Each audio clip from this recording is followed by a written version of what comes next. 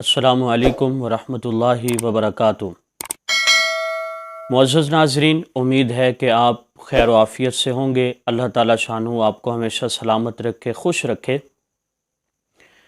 आज का हमारा जो टॉपिक है वो अहम तरीन और ख़ास तरीन उन्वान है, क्योंकि ईद उल फ़ित्र बिल्कुल करीब है और जो नमाजी हज़रात हैं मज़हब से रिलेटेड वो सदक़तुल फ़ित्र के मुतालिक कुछ कन्फ्यूज़न का शिकार होते हैं, कुछ सवालात उनके जहन में होते हैं। तो आज की इस वीडियो में हम आपके सामने जो ज़िक्र करेंगे तकरीबन वो तमाम सवालात जिसके बारे में अवामुन्नास परेशानी का शिकार होती है।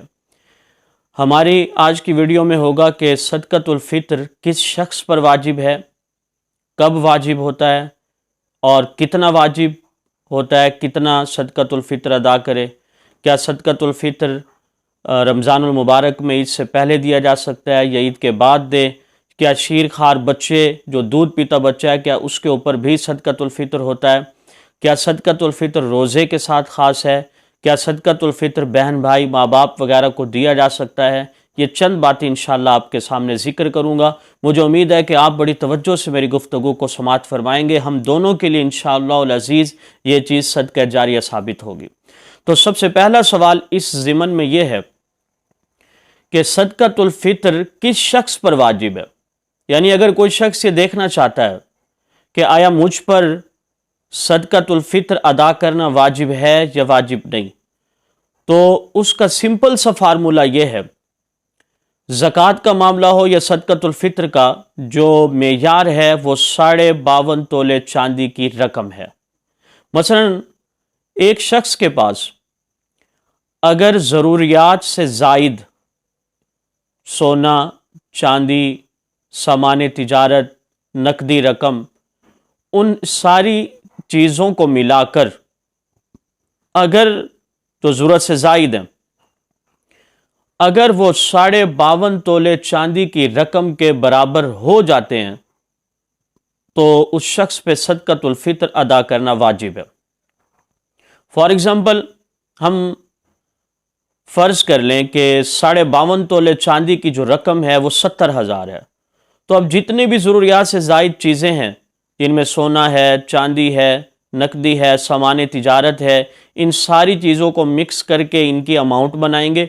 अगर ये 70,000 या उससे ज़्यादा होती है तो इसका मतलब क्या होगा, सदक़तुल फ़ित्र वाजिब है। लेकिन ये 70,000 तो हम फ़र्ज़ कर रहे हैं। आप जब अपना सदक़तुल फ़ित्र देखना चाहेंगे तो मार्केट से उसका रेट ज़रूर पता करेंगे कि 52.5 तोले चांदी का रेट क्या है।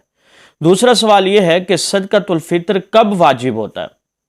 तो सदक़तुल फ़ित्र के वाजिब होने का जो वक्त है वो है तुलुए फ़जर यानी सहरी का वक्त, और नमाज ईद उल फ़ित्र की अदायगी से पहले पहले इसको अदा करना ज़रूरी होता है। अब अगर कोई शख्स इसको, जैसे एक सोशल मीडिया पे एक ट्रेंड बन चुका है कि लोग कहते हैं आप ईद का इंतज़ार क्यों कर रहे हैं, पहले दे दे ताकि जो मुस्तहिकीन हैं, गुरबा हैं, वो अपनी ज़रूरियात उससे पूरी करें और उनकी ईद अच्छी गुजर जाए। तो शरीयत इस बात की इजाज़त देती है कि वाजिब हो रहा है आपके ऊपर ईद उल फ़ित्र के दिन सहरी के वक्त, लेकिन अगर आप रमज़ान में किसी को देना चाहते हैं तो शरीयत इस बात की भी इजाज़त देती है। इसी तरह अगर किसी शख्स ने ईद उल फ़ित्र भी पढ़ ली और उसके बाद अगर उसने अदा किया तो उस शख्स को जो सदक़तुल फ़ित्र के फ़ज़ाइल हैं, सवाब है, वो हासिल नहीं होगा, अलबत्ता उसका वाजिब अदा हो जाएगा। अगर कोई शख्स एक दिन भी उसने नहीं दिया, ईद उल फ़ित्र के 2 दिन, 3 दिन, 2 माह गुजर गए, साल गुजर गए, तो ये सदक़तुल फ़ित्र जो है उसके ज़िम्मे वाजिब है, ये उसको अदा करना पड़ेगा, वरना गुनाहगार होगा। तीसरा हमारा सवाल यह है कि सदक़तुल फ़ित्र कितना देना चाहिए, एक शख्स का सदक़तुल फ़ित्र कितना है। तो नाज़रीन, हमारे यहाँ एक गलती ये पाई जाती है, हम ये समझते हैं कि सदक़तुल फ़ित्र जो है वो सिर्फ गंदुम की 2 किलो गंदुम के बराबर हो। तो याद रखें, अल्लाह ताला ने इस कायनात में अमीर व गरीब मुख्तलिफ़ किस्म के तबकात रखे हैं, कोई गरीब है तो कोई अमीर है। सदक़तुल फ़ित्र 4 चीज़ों का है, गंदुम का, जौ का और किशमिश का, खजूर का। अगर एक शख्स गरीब है, बिल्कुल लो लेवल है, तो शरीयत ने कहा है कि वो 1.25 किलो गंदुम या उसकी जो कीमत है وہ صدقۃ الفطر بنتی ہے اس کی۔ لیکن 1.25 کلو کی جگہ علماء کرام فرماتے ہیں کہ احتیاطاً 2 کلو کا لفظ عام طور پر بتا دیا جاتا ہے، لکھ دیا جاتا ہے۔ تو اب جو گورنمنٹ کا ریٹ ہوگا اس کے مطابق آپ 2 کلو گندم کی جو رقم ہے وہ آپ کے لیے صدقۃ الفطر کی رقم بنے گی۔